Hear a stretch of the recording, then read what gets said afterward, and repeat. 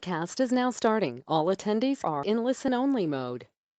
All right, good afternoon, everybody. My name is Bobby Rains. I'm here for our once every 3 weeks Investors Observer members only workshop. Let's get started. All right, our agenda today. I got a brief update on what's going on in Investors Observer. We got lots of charts. Today's Consumer Price Index report. I think those are actually in the opposite order. I've got CPI first and then charts. More market and economic commentary, and then the rest is member-driven content, questions, etc. I got a couple of questions ahead of time, but not a lot. So if you didn't send in a question ahead of time, today might be your day. You can go ahead and put them in the box at any point. I got two big monitors here. I keep questions open on one side and the slides on the other. So, if you have a question that's relevant to what I'm talking about, go ahead and drop it in there, and sometimes I'll get to it right in the moment. Otherwise, like I said, there'll be plenty of time for these at the end. All right, so here at Investors Observer, we don't have a lot of big announcements to make right now. We are working on something that we're hoping to roll out a little closer to summertime. I think that'll be pretty exciting. It's a thing people have asked about a lot, but you'll probably start to see some marketing and some stuff for that pretty soon. I don't know exactly what the dates are for that, though. But we are working on that. And then, some other sort of behind the scenes product improvements have been our big products lately. Nothing really worth telling you about, just little things here and there to make the website faster and things of that nature. All right, so let's talk about that CPI report. Big theme in economic reports recently is sort of unexpected headline numbers and then lots of noise internally. Consumer price index this morning came in well ahead of expectations. I don't know if you'd call that a beat necessarily. Depends, I guess, on how you feel about high inflation being good. But in any case, it came in well ahead of expectations. But once you dig in, there's a lot of weird stuff going on. So this 0.8 is sort of the headline number, right? That annualizes to, multiply that by 12 and you get, well, it's not multiplied by 12, but anyway, that ends up being well ahead of expectations. The core number down here, this 0.9, all items minus food and energy, I think the expectation there was for about a 0.3. So yeah, much higher than expected, but it's a really weird report. Right, you can look at some of these numbers where prices are going down for a lot of energy stuff after going up for months at a time. We'll look at the next slide and talk about why these big increases aren't really that concerning. The big one is down here in used cars and trucks, up 10%. That accounted for roughly a third of the whole increase in consumer price index, which is kind of a lot. Cars and a new car or a used car isn't usually, even if you were to sort of amortize a single car purchase across months, isn't usually a third of a household budget. So yeah, it's just a big jump, and it sort of distorts the whole reading.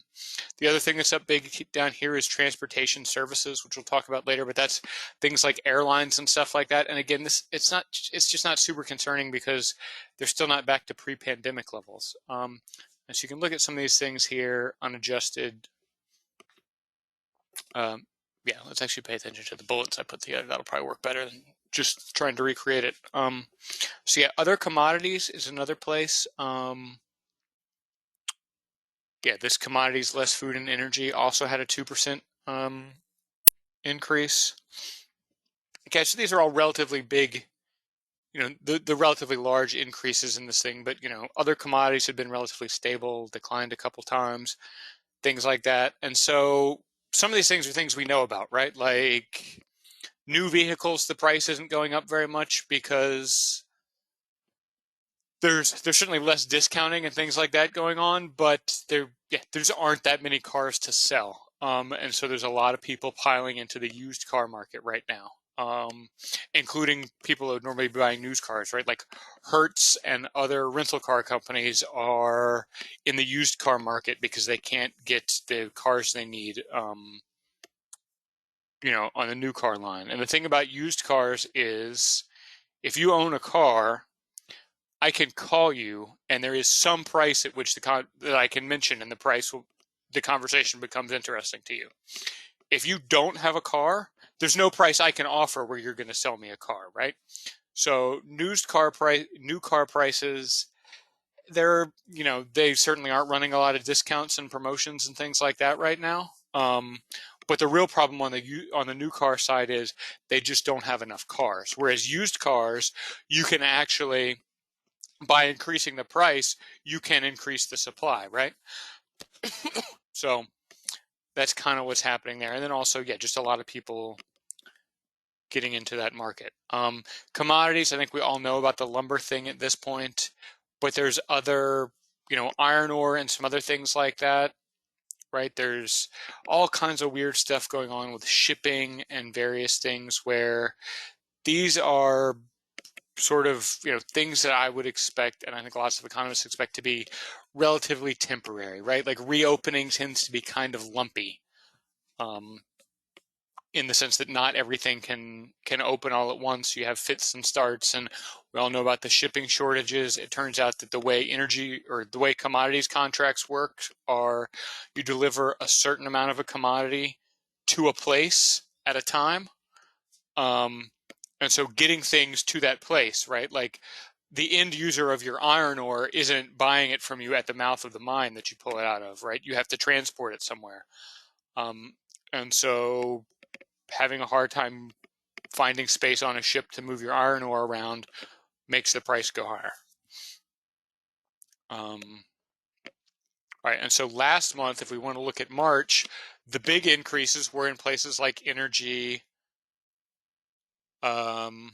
used cars. It wasn't nearly as big a jump last month for whatever reason. Transportation services also higher. Right, and then so over the last 12 months, the big jumps have been used cars. Obviously, that 10% last month really helped. Energy up a lot. Those things. So let's look at. So this is this is a report from September 2020, and I pulled this one in particular just because this one goes back to October, and so September. Now we've got basically we've got 13 months to look at here. So we've got March through September, and then October through April on the previous slide. So back here we had a big increase in used car prices, which is kind of interesting. I don't have, or for the year, but yeah, these couple of months preceding here was a big increase in used car prices. Presumably the same kind of issue, right? Maybe not chip shortage hurting production, but just auto parts factories being closed, cut down on the number of cars being produced. But look at some of the energies over here, right? Fuel oil was down 5% that month. The preceding 12 months, we had declines of 15 and 27 for fuel oil. So a lot of the increases we're seeing now isn't it's an increase in price from the previous month, but it's not an increase in the price over a longer term, right? We'll look at a chart in a minute that shows sort of where we are in terms of the price trend. Apparel, down 7%. Transportation services, down 5% in the preceding 5 months. Medical care higher. Medical care was a little bit lower this past month. So the inflation stuff is real noisy, right? And we've got prices going up and prices going down. And in things like energy and other commodities, especially, we have things like the base effect. So I'm sure everybody remembers roughly a year ago, a little more than a year ago at this point, when it was big news that the price of oil traded at a negative number. Right, I didn't get paid to take any oil. I'm sure none of you showed up to fill up your tank with gas and got paid for the trouble of taking some gas off their hands. But what happened there is that thing I was just talking about where you have to deliver a quantity of a commodity at a place and you get a price. What happened was in Cushing, Oklahoma, where the West Texas Intermediate crude future is settled. Everybody's shipping their gas there, and they ran out of storage and they ran out of buyers, and there just wasn't a place to put the gas. So when that contract traded negative, what they were saying is, I don't want to deal with this. You buy this contract and then have to deal with the oil somewhere. And what we're seeing here is kind of a reverse of that, where people are having a hard time getting their commodities, either getting them out of the ground or getting them to the places where they're supposed to go to settle these contracts, getting them to end users, etc. And so it's really disruptions. It's a lot of these price things are really more about disruptions in supply chains than about inflation, where you should see rising prices sort of across the board, as opposed to, well, prices are up here and down over here, and they sort of net out to being up. All right, so the Council of Economic Advisors, is this the next chart? Okay, the Council of Economic Advisors put this chart together, and I think the next one also. So this is roughly equates to that travel services category here, transportation services. If we go back to this month's report, it was up 2.9% last month. So yeah, that 2.9%, that essentially affects the steepness of the line between, month over month, right?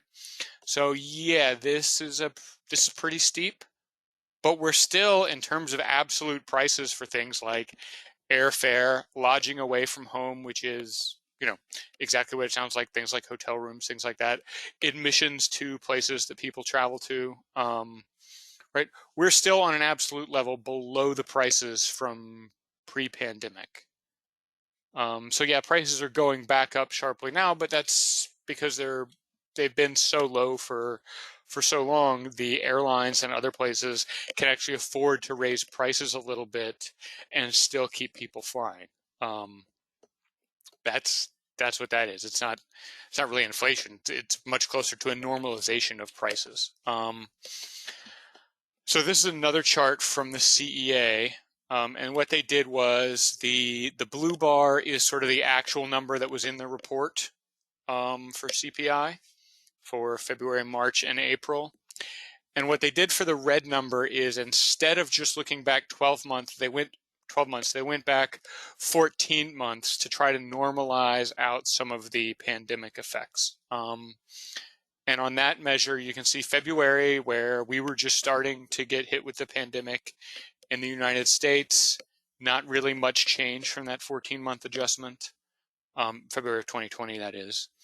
March, there's a little bit of lowering month over month, and then here we're at 2.2 on an adjusted basis. So, I mean, a 2.2 year over increase sounds exactly like the definition to me of, when Jay Powell says modestly above the 2% target. 2.2 seems like it's very much in that category. And so, yeah, I mean, it's a high number this month, but I don't think we're exactly in panic button territory yet. All right, so here's a longer run chart. So the consumer price index, right, like that percentage is the month over month or year over year change in prices. But it's, right, that means I have to go and collect all the prices for things. So here's 5 years. The blue line is the actual numbers reported, and this black line is just my attempt to sort of capture the trend. So yeah, we're sort of back above the pre-pandemic trend with this month's reading, but not by very much. Certainly I don't want to see it keep going higher from there. But again, right, like, nothing about this chart really says panic to me, especially when for the last 5 years, for the last 10 years, people have been wondering about inflation, right? Like, this line would be steeper across the board if we'd actually been at the 2% that is nominally the the sort of target.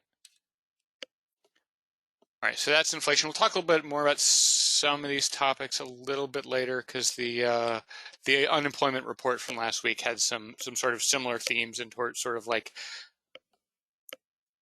unexplained or hard to explain headline number But then when you actually dig in a little bit, it's like, all right, I see what's going on here. This is not the number I wanted necessarily, but not something I'm going to panic about. All right, so we got 2 years of S&P 500 here. Yeah, we're getting close to the 50-day moving average again. You can see we've tested the 50-day a couple times. Every once in a while you break through it and test a different one. The 100-day is the red here. I'm not super concerned about this as yet. There doesn't seem to be a real reason for the selling. It just kind of seems to be some selling, and we had gotten pretty extended above the 200-day moving average, which is another thing people look at, right? You can see, here, or, well, this is obviously the start of the pandemic, but corrections when you get, and by correction, I don't mean some sort of thing where you fall exactly 10% or 10% or more. I just mean you tend to see some reversal, some sort of pullback when you get too far above the 200-day moving average. So one of the things that people worry about in terms of inflation is what it means for interest rates, right? The Fed's sort of tool to fight interest rates is raising, or tool to fight high inflation is raising interest rates. So this is 2 years of the interest rate on the 10-year Treasury note. It is certainly back up. It sort of stalled and started to move back down. But it's, again, not to pre-pandemic levels by a long shot.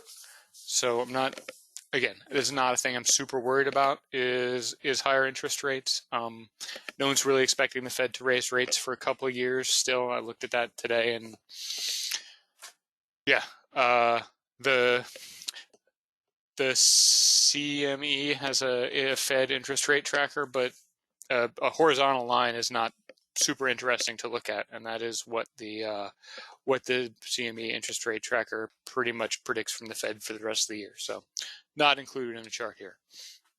All right, so 2021, well, so this looks like 2 years of S&P 500 versus S&P 500 equal weight. The label is wrong there. But yeah, the S&P 500 outperformed, and then equal weight has caught up more recently, and that's really just the large cap tech sort of underperforming as other things rise. Another way of looking at that is growth versus value. This is year to date. Maybe it's last 3 months. I'm not sure. My charts seem to have not had the time frames I put on them today. This looks like it starts in February, so we'll call that 3 months. In any case, you can see that the blue line, which is value, has outperformed the white line, which is growth. So growth is going to be your tech stocks, your biotechs, things like that, whereas value is, real physical goods, right? The things that, also sort of the reopening economy, is things that are going to be more in the value category as opposed to the growth category. All right, so let's talk about that unemployment report. There's not a good way to present the data from these things. So I just kind of cut out pictures of the report. Anyway, the headline was what it was. It was, I don't know, somewhere around 250,000 jobs added against estimates for somewhere around 1 million jobs added. So a big miss to the downside there. But what's interesting is if you look at some of the internal chunks of the report, leisure and hospitality added 331,000 jobs. A lot of that was in food service and drinking places, et cetera, right? This is not surprising, right? These are among the businesses that are doing the most in terms of reopening, increasing service, things like that. Not surprising to see a lot of job gains there. In fact, the fact that this is more than the headline is actually kind of interesting in and of itself, because it means that, right, jobs were lost to other places. So the biggest place that jobs were lost was temporary help services, which it says professional and business services, but what that means is temporary, right? Staffing agencies are in the professional and business services category. So if you're working for a staffing agency, you're in professional and business services, regardless of what kind of work you're doing as a temp, if that makes sense. You could be doing agricultural work or something like that, but if you're doing it through a staffing agency, you're going to fall into this professional and business services category. Okay, so that went down by a lot. I'm not entirely certain what's going on here. I have some theories we'll talk about a little bit later, but generally lower levels of temporary workers is a positive. Right, like lots of temporary employment is a thing you see when the economy is not doing well. A lot of times early in a recovery, you'll start to see temporary employment go up, and then it sort of falls as, businesses hire people on a permanent basis. So manufacturing, there were some losses here, but the losses came in mainly two categories: auto and wood products. When we know, all right, auto companies have been telling us that they're having trouble getting specifically semiconductors, but they're having trouble getting the pieces they need to put cars together, and they have sort of shut some factories down temporarily and done some things like that. And we also know there's been a lumber shortage, and so certain things made out of wood have been harder to come by. That's not surprising. It's, again, falls in the category of not what you'd like to see in the sort of perfect recovery environment, but it's not really new information. It's pretty unsurprising, right? I mean, these other places, miscellaneous durable goods manufacturing, chemicals, adding workers, that's great. And so then let's get down to retail, because retail is sort of an interesting correlation with the, or maybe not correlation, corollary to the leisure and hospitality piece. So there were, jobs added in the retail sector, but employment declined in food and beverage stores and general merchandise stores. So that's grocery stores, department stores, gas stations. Those are all things that have basically been open the entire pandemic, and were partially offset by employment increases in sporting goods, hobby, book, and music stores, clothing accessory stores, etc. So when you think about retail work, the sort of bottom of the barrel, if you will, just in terms of how much you might enjoy the job, what it gets paid, things of that nature, are these places that are shedding jobs, right? And the ones that would be more desirable are the ones that are adding jobs. So I think part of what's coming on here, and we'll talk about this a little bit in the next slide, is people are trading up, right? If every company is hiring, you don't have to take the job that's available, right? Like, you don't have to take the job at the bottom of the job ladder, because lots of jobs that aren't at the bottom of the job ladder. So it's hard to tell how much of this is layoffs and how much of it is people trading up to get other jobs, right? The same with this decline in temporary help services. It's hard to know, well, did temporary help services go down because some of those people got hired full-time, or some of those people left their temporary job to take a full-time job somewhere else? That sort of thing isn't captured in this report. And at the same time, right, like, I think I'd much rather work at a bookstore than a gas station if I had my druthers, even if they paid the same. And I sense as bookstores probably pay a little better. And so another thing about jobs, we got earlier this week something called the JOLTS report, which stands for Job Openings and Labor Turnover. And so this is only compiled through March, but it does dig into sort of some of those things we were just talking about in terms of, like, did people quit jobs? Were they hired? Were they laid off? Things like that. So job openings, and I just cut out leisure and hospitality specifically to look at accommodation and food services. So job openings in March were at a high, 993,000. They hired a lot of people in March. Over 1 million people hired in restaurants in March. Well, accommodation, food service in March, whatever. But here's what's interesting. This is the biggest number on the chart is, or the biggest number for this series anyway. So quits is defined as, there's a separate category for people who were laid off. So quits is when an employee initiates them not working there anymore. It's exactly what it sounds like. Somebody quit their job. So quits also went way up for this one. So what it seems like is happening here is people are trading up, right? Like we've seen these stories on the news about McDonald's is paying people to come interview. Well, if you could work at any restaurant in your town, McDonald's is probably not super high on that list, right? So the people who work at McDonald's, which has been open for the entire pandemic, and now other restaurants are opening up, maybe those people are saying, hey, I can go get a better job somewhere because all these places are hiring when they hadn't been before. So I don't think this is the only thing that's going on with trouble hiring. I think there's sort of an all of the above thing for some of those places.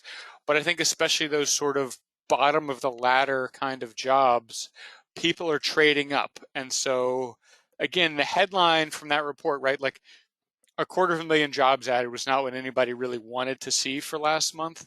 But if you try to dig in and understand the numbers a little bit, it, again, falls in that category of not what I would like to see in a sort of perfect economy, but also not altogether discouraging. All right, and I brought this back. We haven't looked at this a couple times, but I wanted to check on it again. Chase found a way to make this a little bit cleaner. So yeah, the whatever color this is, tan line here is the change from the pre-COVID trend. So we're still down a little bit from the pre-COVID trend, but roughly back to even. And then from 2 years ago, we're actually up, right? So if you think about that, let's go back to here, right? Okay, so this line is the trend. Okay, so we're getting back to the trend, and we're above where we were, 2 years ago. So that's the same thing that's happening here. This is just a different way of displaying that information. All right.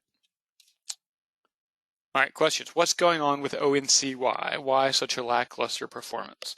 Should I hold, buy more, or sell? From Stan. So first of all, biotech stocks are very volatile.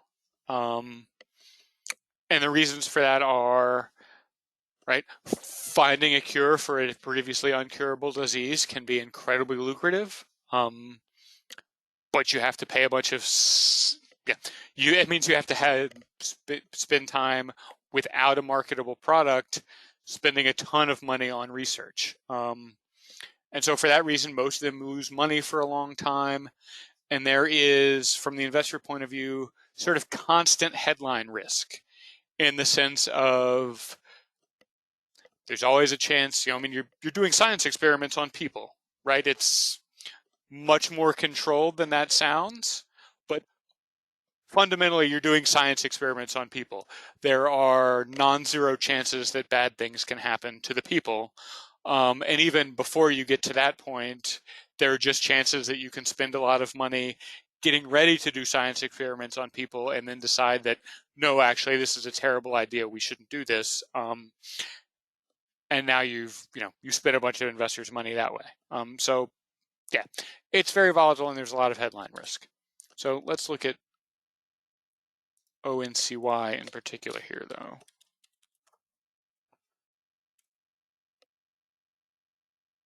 All right, so the first thing that I want to do here is zoom out on the chart. And so this is kind of interesting because the stock is up from about $2 to $2.65. That's a pretty solid gain over the past year. Obviously it went above 450. So it's banged around a lot, but the trend is generally upward, right? Like from here to here doesn't look bad. Now it looks like it may have broken a little bit there. Figure out how to draw a line on this thing. There we go. Yeah, it's kind of setting newer lows here, which isn't not what I would prefer to see. But and there's not There's not a ton of news about this company that I can find. Our news partner tends to do a pretty good job of keeping up with things, and there's, the recent news is from February where somebody put a $15 price target on it. And yeah, analysts tend to like the stock. 15 is, well, 15 should be the high. Maybe that number's either been lowered or it's not included in the sample here. Yeah, I don't have a lot of reason to tell you to sell the stock. It certainly moves around a lot. I don't know if I would buy more either. Functionally, biotechs are very risky, but that seems like what's going on here is it moves around a lot. Also, biotech generally, right, hasn't been doing well recently. It ranks 9th out of, well, healthcare is 9th out of 11 sectors, and biotechnology is 113th out of 148 industries. So some of it is sort of relative performance just hasn't been that good recently. All right, and then our next question was from Dave, who has had a couple of bull put spreads that were way out of the money until the recent market decline. It doesn't want to end up sort of with a price between the two contracts. So May 21 expiration, how risky is it today to go below the upper put strike? Seems it could be signed. Twitter dipped to 50.06 on a $50 put. So when do you get out? About 2% of the strike. Okay. So the general rule for vertical spreads, as far as I'm concerned, is, or at least the credit spreads in particular, is start looking for the exit when you feel like the stock is more likely to end up below the sold strike than above. That doesn't necessarily mean dump it the minute you decide that, but certainly that's a good time to, it's when you want to start looking for the door in any case. And so early exercise and assignment of options is pretty rare, right? If you have something like this and the stock dips below the sold strike price, your option's not going to be assigned probably. Early exercise happens a little bit more often with calls because of the dividends, but it's pretty unlikely that you're going to get assigned on just a dip below. It just doesn't happen that often.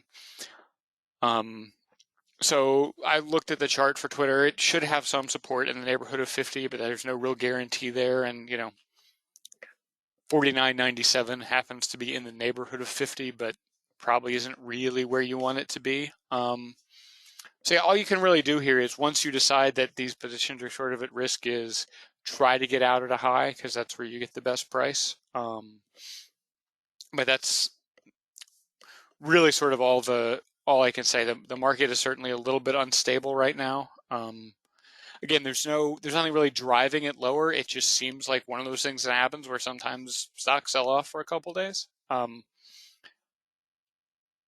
So I don't have like long-term concerns about this, but certainly with vertical spreads, you've got a little bit of a ticking clock in terms of needing the stock to be above a certain price at a certain day for your position to come back, and that's maybe not going to happen just because you only have something like 8 trading days left. All right, that's the pre-submitted questions. So any other questions that people have, now is the time for them.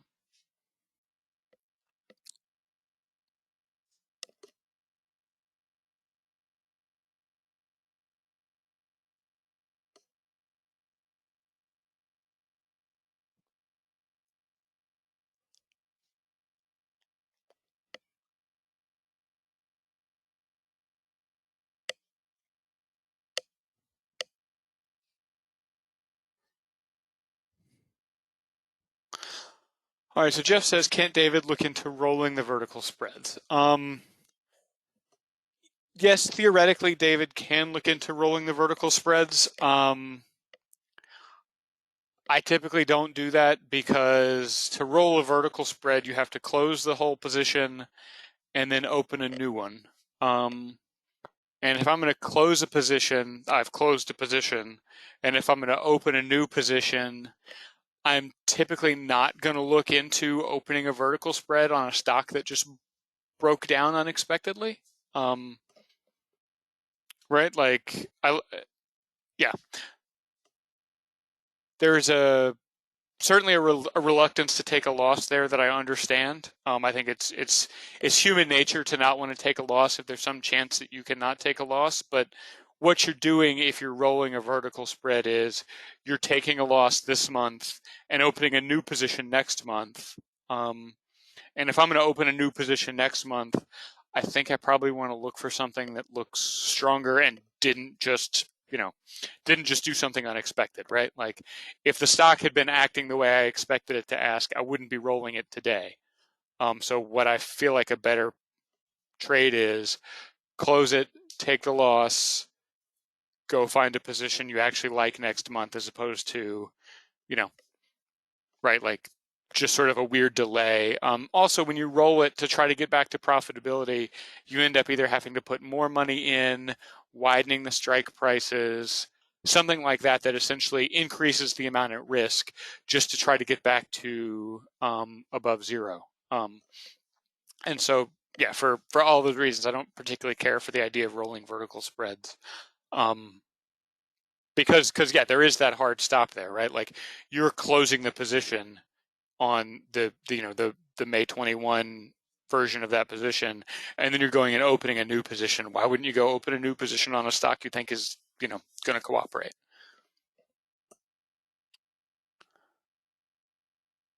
All right. So what risks do you see in the market over the next 6 months? How long do you see growth stocks performing below value stocks?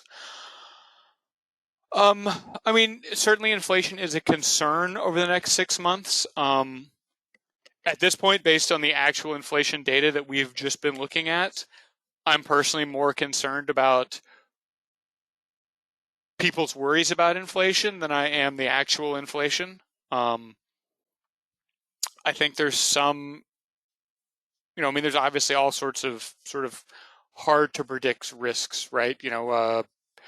Terrorism, cyber hacking of gas pipelines, for example. Things like that are very hard to predict.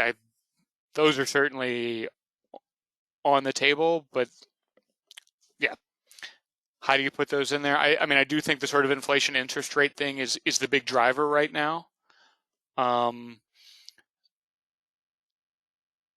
But again, I'm not super worried about the inflation thing. I'm actually more worried about sort of what seems like some overreactions from people about inflation than I am actual inflation.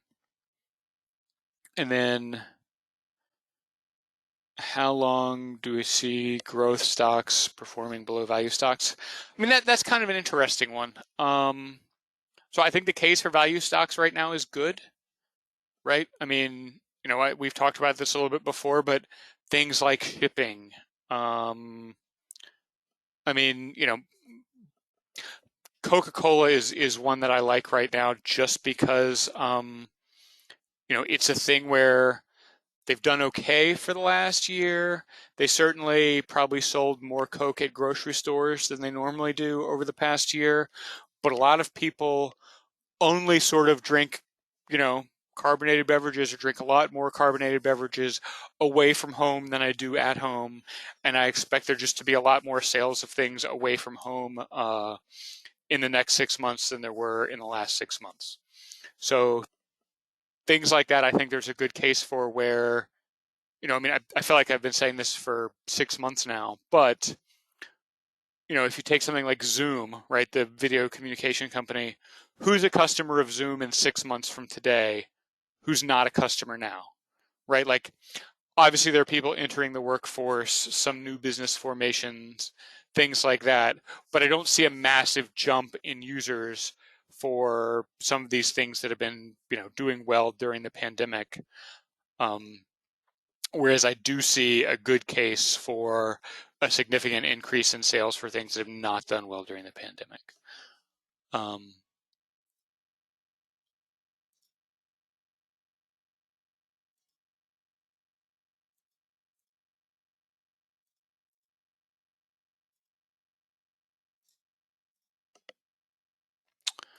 All right, so Jim says, should a person be selling stocks now and be in cash or wait for the market to rebound? Jim, I did this math a little bit earlier today. So the market fell a little bit more since then, but like the S&P 500 hit an all-time high Friday. It's down less than 5% from an all-time high. I mean, you can look at this chart and yeah, I mean, you're back to late. I mean, you know, if you've had money invested in the S&P 500, your portfolio hasn't been this low since late April. I don't mean to sound flip there. I understand people are concerned, but like, yeah, this is 2 years of stock market performance. This isn't something I'm super worried about. Again, I don't think there's news coming on. Right? Like there's no real news going on here. It's just some combination of inflation worries, some technical things with being well above the 200-day moving average, things like that.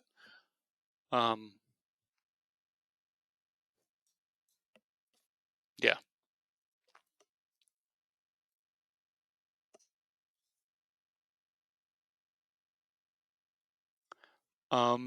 Jeff, I would be happy to explain theoretical edge with some more context. Like I know what both of those words mean, but I'm not 100% sure what you mean in putting them together. All right, so somebody says XXII. All right, so Jonathan had a question about XXII, which, yeah, he said he was in early and sold before the overall price went negative. So, yeah, I mean, so the all-time history of this stock goes back to 2012 or so. But yeah, it's spiked a couple of times, sort of along with interest in pot stocks is sort of where, well, I don't know exactly how long the company has been in the pot stock industry. I became aware of it somewhere in this time frame when it was definitely lumped in with a bunch of pot stocks. And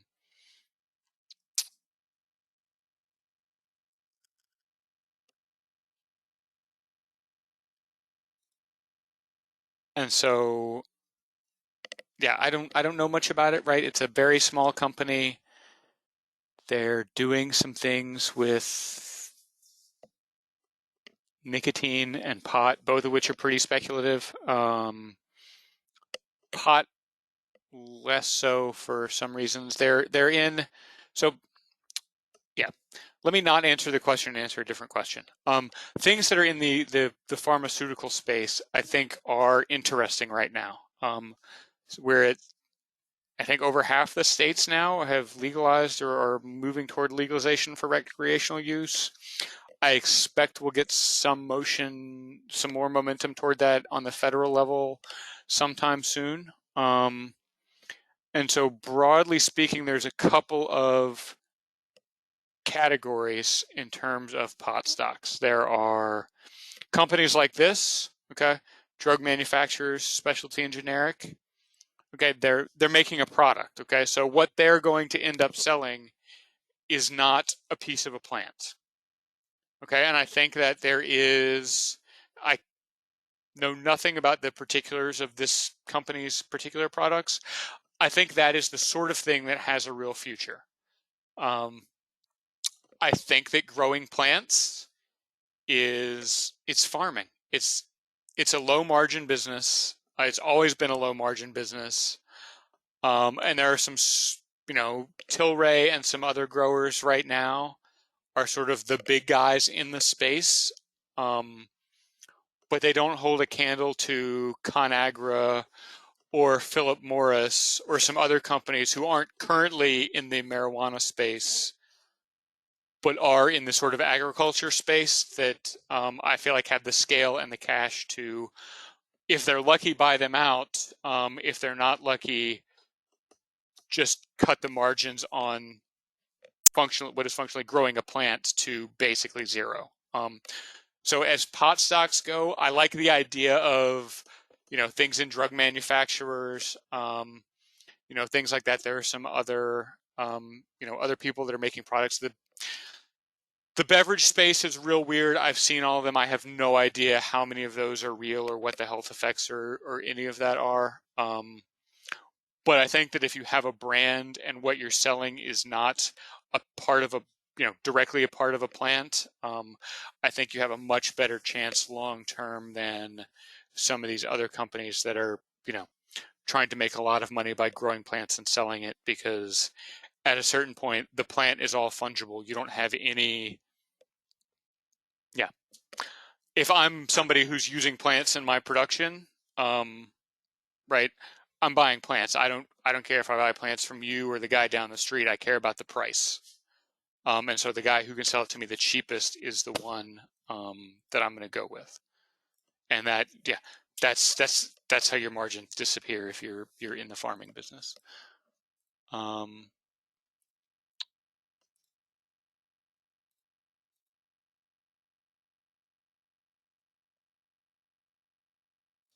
All right, so there's another question here. I don't know this ticker offhand.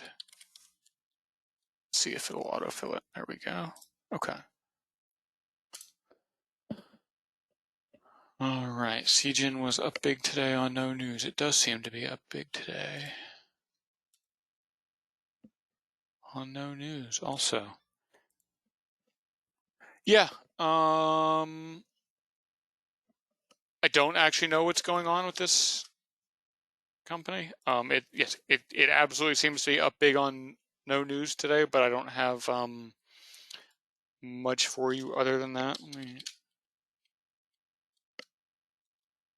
Well, it seems to have relatively outperformed.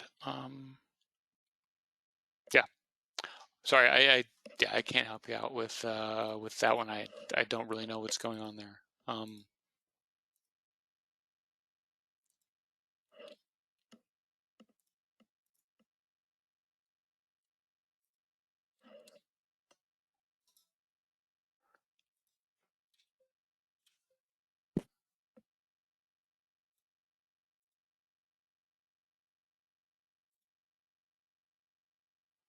All right, sorry, I did something weird to sort my questions and they all went out of order.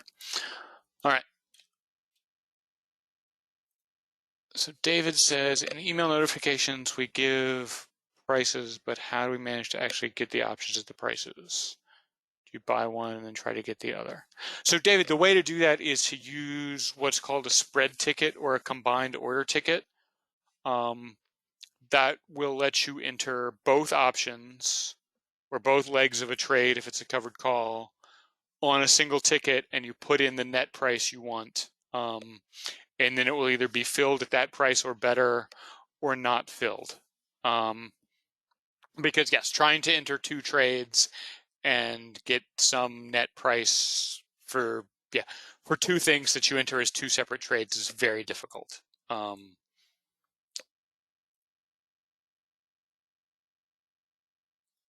So yeah, use the combined order ticket. Right, so Edward says, you feel the threat of inflation is overblown at this point. I mean, generally I sort of do. I haven't seen anything that, right? So like we talked about earlier, the headline from today's CPI report was not what I was expecting. But once you dig in and look at it, it doesn't, I don't see a whole lot in there that's concerning, right? Like used car prices accounted for 30% of the gain, and then there's some other weird stuff going on. Right, the big increase in the travel services category is still well below, right, the pre-pandemic prices for stuff like that. I'm not seeing it right now. I think it's a real risk, but I think, I'm also not really sure I understand, or not understand. I'm not really sure I agree that stocks are going down today because of inflation. Because I would point out to you that let's see. Yeah, the price of gold also went down today, which is not, yeah. I'm not a huge believer in buying gold as an investment, but it tends to be a thing that goes up when people are worried about inflation or the economy or something like that. And so it's not really at a recent high. Like, yeah. I'm not super worried about it, and I don't. Yeah, I feel like all the talk about it is a little overblown. And I think part of that is there's just not a lot of other stuff going on.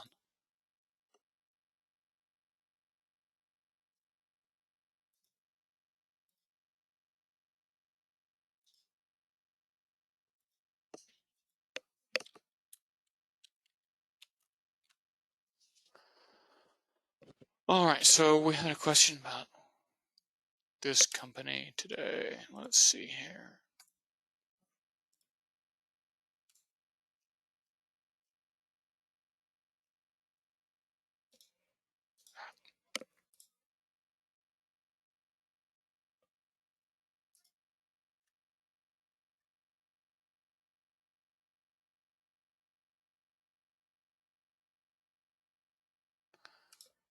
All right, so my guess is the big decline today is due to earnings.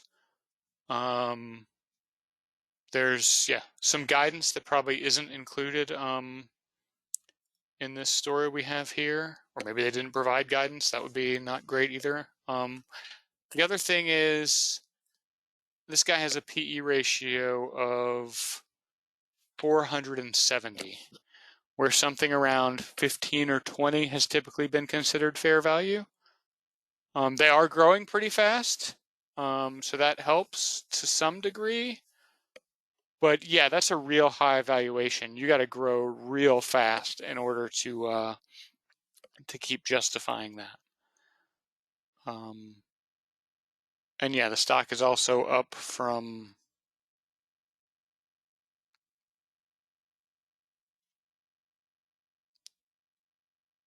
yeah, I mean, the stock has gone from 3 something to $38 in the last year. That's just a giant move. Right? Like, yeah. It's hard to know if this is the right price. It seems like it's entirely possible that this price was too low and this price is too high, and somewhere in the middle is the right price. But that's really all I've got for you here, right? I mean, analysts are all over the place on it. I mean, an $8 price target when the stock was trading at $4 would have looked like a massive increase, right? But kind of hard to say from here. All right, Apple. Yeah, Apple's an interesting one. Apple is absolutely right. That chart we look at, the S&P 500 versus the S&P 500 equal weight. Apple is the biggest weight in the S&P 500, and so yeah, when the pandemic happened, right? Let's see here. Yeah, so here's February 10th of 2020. It's again, talking about massive increases and things from 80 to 120, and topped out at somewhere around 140. Right? Like, it's one thing for these little pot stocks that have a market cap of 500 million or something to double. All it takes to double the market cap of a 500 million stock is another 500 million. And typically the floats are pretty low, so it doesn't actually take that much. But Apple has a market cap somewhere around $2 trillion at this point. Yeah, there we go. So yeah, to go from 1 trillion to 2 trillion takes a lot of money.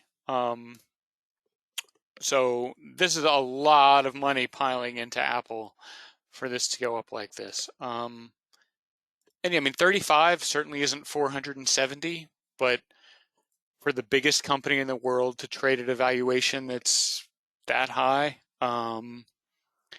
and the stock has risen this much.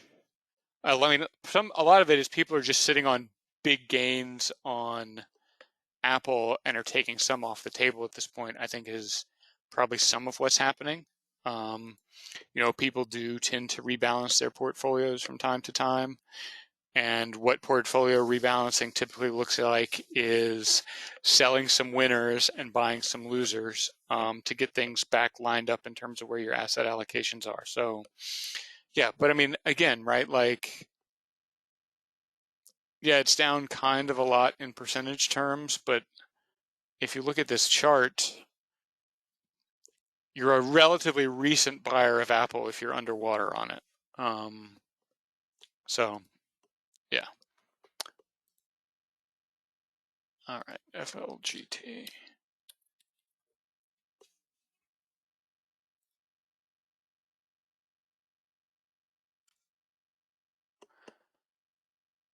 Yeah, so this is another, maybe not directly a biotech stock, but something that's in a relatively speculative space anyway. I mean, yeah, it's also another one where you're a relatively recent buyer if you're underwater on it, right? If you bought it before January of this year, you're doing pretty well. So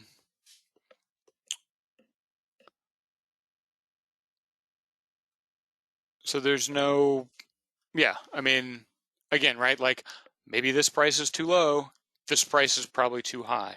I don't follow this space super closely. That's a raise, that's a raise. Nope, that's a lower. That's a lower also, okay. I mean, there's some things that people typically don't like in terms of insider selling going on.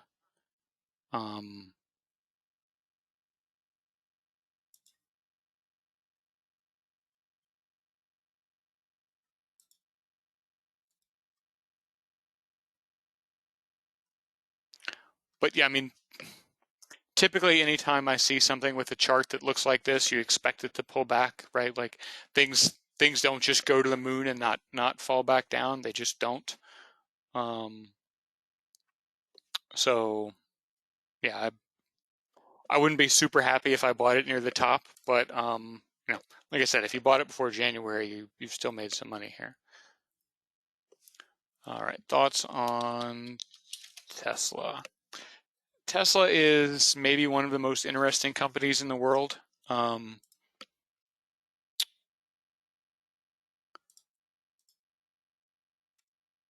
But yeah, this is another thing where, right, like this chart is bananas, just in the sense of the climb they've made. And also, okay, some of these other stocks we've looked at have been in the like biotechnology space. You can talk about software, things like that, where, man, if you make, if you make a successful biotech product, you can sell it at a high margin and really make a lot of money. Tesla makes cars, man. Right? Like there are other car companies and they don't have super high margins. Tesla, in fact, does not have super high margins. Tesla basically loses money on every car they sell and then makes the money back in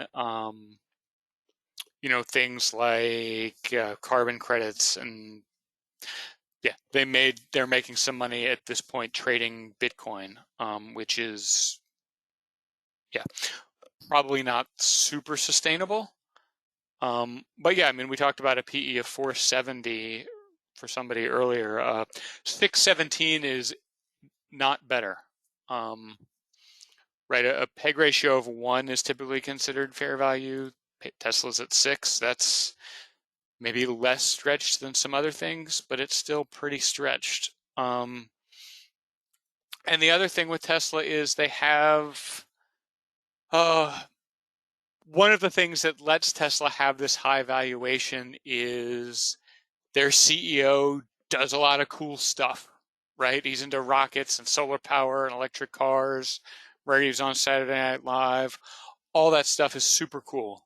But he also says a lot of stuff about their self-driving car program that then the company has to go behind the scenes and tell regulators like, oh no, actually, we're not going to roll out full self-driving later this year, that we're nowhere close to that. So that kind of thing doesn't help the stock stay up and tends to make it bounce around a lot.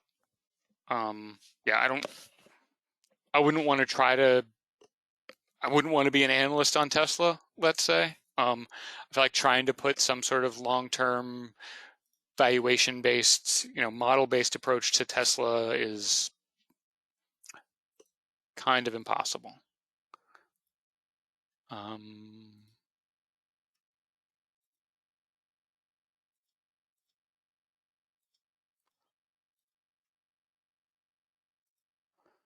All right, I think this is most of the questions. There's some other people with tickers in here.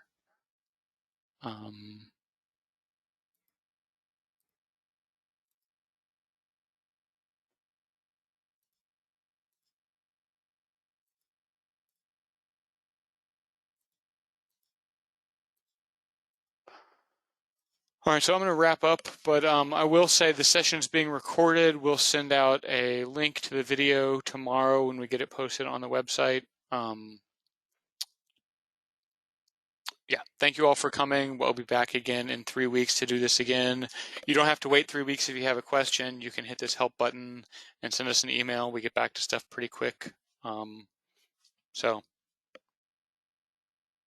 yeah, by all means, you can do that. And with that said, I will talk to you again soon.